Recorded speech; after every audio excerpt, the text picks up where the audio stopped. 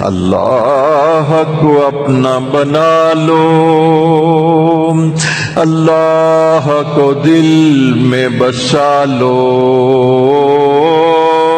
اللہ کو دل میں بسا لو۔ مراقبہ کرنا کس طرح سے؟ تو مراقبے کا طریقہ بہت آسان ہے۔ آپ نے فزیکلی جسمانی طور پہ انتہائی آرام والے پوسچر میں بیٹھنا ہے۔ بعض سالکین اپنے جسم کو اکڑا لیتے ہیں، بھئی روحانیت کو ایسے زور لگا کے نہیں کھینچا جاتا، یہ تو انتظار رحمت میں بیٹھنا ہے۔ مراقبے کی ایک تعریف حضرت نے یہ کی، اللہ تعالیٰ کی رحمت کے انتظار میں بیٹھنا، پتہ نہیں کب دروازہ کھل جائے۔ تو جیسے ایک بندہ انتظار میں بیٹھا ہوتا ہے، اطمینان سے ریلیکس بیٹھا ہوتا ہے، میں تو بیٹھا ہوں، جب بھی دروازہ کھل جائے رحمت کا، وہ دروازہ کھولنا میرے اختیار میں نہیں، ہاں بیٹھنا میرے اختیار میں ہے۔ چنانچہ چار زانو ہو کر، جس کو ہم کہتے ہیں آلتی پالتی مار کر بیٹھنا، آپ اس طرح بیٹھ جائیں، اور قبلہ رخ ہو جائیں تو بہت اچھا، شرط نہیں۔ باوضو ہو کر بیٹھیں، ایک مرتبہ وضو کر لیں۔ اگر مراقبے کے یا ذکر جہری کے دوران وضو ٹوٹ جائے تو صرف وضو کرنے کے لیے نہ اٹھیں، چونکہ عموماً دیکھا گیا کہ جو وضو کر کے بیٹھیں اور درمیان میں ان کا وضو ٹوٹ جائے، وہ وضو کی نیت سے اٹھتے ہیں اور شیطان پھر ان کو اچک لیتا ہے۔ اٹھتے ساتھ ہی ان کو کوئی کام یاد آتا ہے، اچھا میں وہ کام کر لوں، دوبارہ آ جاتا ہوں، اور پھر اس کام کے بعد اگلا کام، اگلا کام، اگلا کام، اور اگر موبائل ہاتھ میں آ گیا تو بس پھر گئے کام سے، پھر تو کوئی کام نہیں ہوتا۔ اس لیے مشائخ نے فرمایا کہ ایک مرتبہ وضو کر کے بیٹھ جائیں۔ اگر درمیان میں وضو ٹوٹ جائے تو آپ صرف وضو کرنے کے لیے نہ اٹھیں، چونکہ مراقبے کے لیے، ذکر کے لیے وضو کا ہونا فرض نہیں ہے، لازم واجب نہیں ہے۔ ہاں اچھی بات ہے، اللہ کا نام لینا ہے، باوضو ہونا چاہیے۔ تو قبلہ رخ ہو جائیں بہت اچھا، باوضو ہو جائیں بہت اچھا، لیکن خاص مراقبے کے لیے دو باتیں اور یاد رکھیں۔ ایک تو تنہائی کا وقت تلاش کریں۔ آپ کے 24 گھنٹے میں آخر کار ایسا وقت ہوتا ہے کہ جس وقت آپ کو یکسوئی تنہائی حاصل ہوتی ہے۔ تنہائی کا وقت اس لیے کہ اگر آپ کسی ایسے وقت میں مراقبہ کریں، چاہے مرد ہوں یا خواتین گھروں میں مراقبہ ایسے وقت میں کریں جس وقت میں لوگ پاس ہیں، باتیں کر رہے ہیں، تو انسان ہے، کان تو کھلے ہوئے، تو بہرحال آواز اندر جاتی ہے اور انسان کی توجہ بھی ڈسٹریکٹ ہو جاتی ہے، توجہ ہٹ جاتی ہے۔ اگر اللہ نے اتنی وسعت دی ہے، گھر میں زیادہ کمرے ہیں، تو کسی ایسے کمرے میں چلے جائیں جہاں آپ اکیلے ہوں، کوئی اور نہ ہو۔ اور اگر گھر چھوٹا ہے، بالفرض ایک ہی کمرہ ہے، تو آپ کوئی ایسا وقت طے کر لیں جس وقت میں باقی لوگ سوئے ہوتے ہیں، جیسے تہجد کا وقت ہے، یا عشاء کے بعد جیسے اکثر لوگ باقی سو جاتے ہیں، تو آپ اپنا وقت وہ بنا لیں جو سہولت کا وقت۔ تو ایک تو تنہائی کا وقت اور دوسرا آپ کی فراغت کا وقت، یہ دو اہم چیزیں ہیں۔ آپ کا فارغ ہونا بھی ضروری ہے۔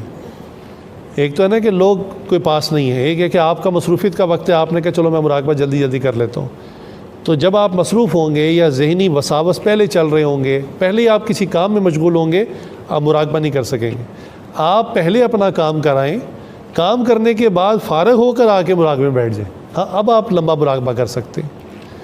تو یہ مراقبے کا طریقہ ہے کہ انسان ظاہراً چار زانو ہو کر بیٹھ جائے، تنہائی کے وقت میں، فراغت کے وقت میں۔ اگر ایک مرتبہ باوضو ہو جائے تو بہت اچھا، قبلہ رخ ہو جائے تو بہت اچھا۔ اسی لیے بعض لوگ نمازوں کے ساتھ مراقبے کو جوڑ لیتے ہیں، وہ بھی اچھا ہے، چونکہ نماز پڑھ کر انسان قبلہ رخ بھی ہوتا ہے، باوضو بھی ہوتا ہے۔ تو یہ اس کی ظاہری صورت ہے۔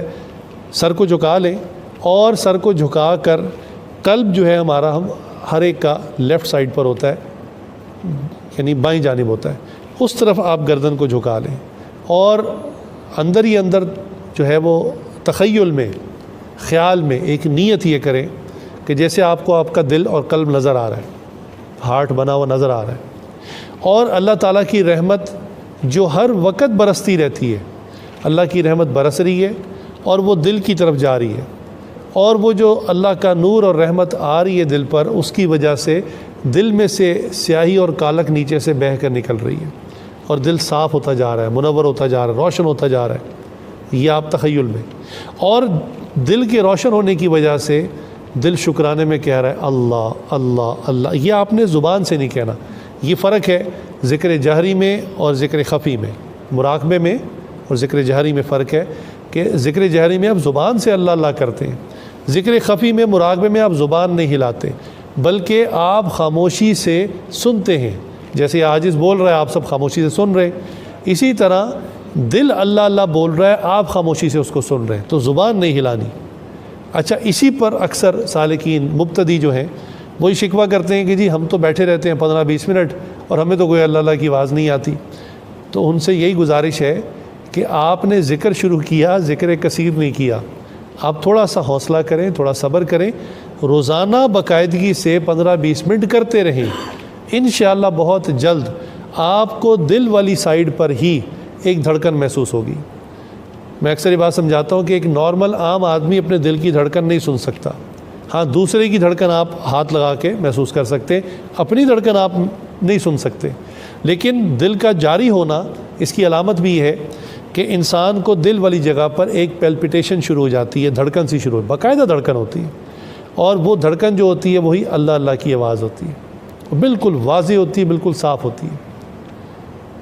اس کی مثال حضرت نے ایک اور اچھے انداز سے دی، فرمایا کہ آپ کبھی بس میں بیٹھے ہوں تو بس چونکہ ڈیزل انجن ہوتی ہے تو اس میں وائبریشن ہوتی ہے، تو اگر آپ کبھی بس میں بیٹھے ہوں، بس کھڑی ہو مگر سٹارٹ ہو، اس کا انجن سٹارٹ ہو، تو آپ نے کبھی سیٹ پر ہاتھ رکھا ہو یا بس کی سائیڈ پر ہاتھ رکھا ہو تو ہلکی ہلکی موومنٹ آپ کو محسوس ہوتی ہے کہ بس دائیں بائیں ہلکی ہلکی ہل رہی ہے۔ فرمایا یہ کیفیت، اور یہ اتنی زبردست مثال ہے کہ اس عاجز نے جب ذکر شروع کیا تو کوئی کیفیت محسوس نہیں ہوتی تھی مراقبے میں، لیکن پھر الحمدللہ ذکر کرتے کرتے کرتے واقعتاً یہ کیفیت لگتا تھا جسم ہلکا ہلکا دائیں بائیں ہل رہا ہے، خود بخود، انسان نہیں ہلا رہا، تو یہ کیفیت الحمدللہ نصیب ہو جاتی ہے۔